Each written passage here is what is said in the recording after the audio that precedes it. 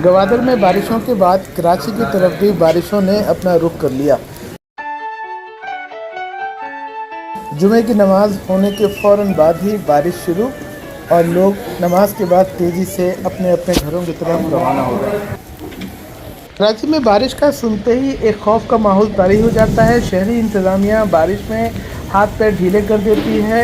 TV पर ऐलानात नशर हो गए कि स्कूल बंद होने चाहिए, आधे दिन लोग घरों से काम करें और हर तरफ एक अफरा तफरी और खौफ का माहौल है कि अगर तेज़ बारिशें हुई गवादर की तरह तो लोग रास्तों में फंस जाएंगे, गली और मोहल्ले बारिशों में डूब जाएंगे और ज़िंदगी तहस नहस होकर रह जाएगी।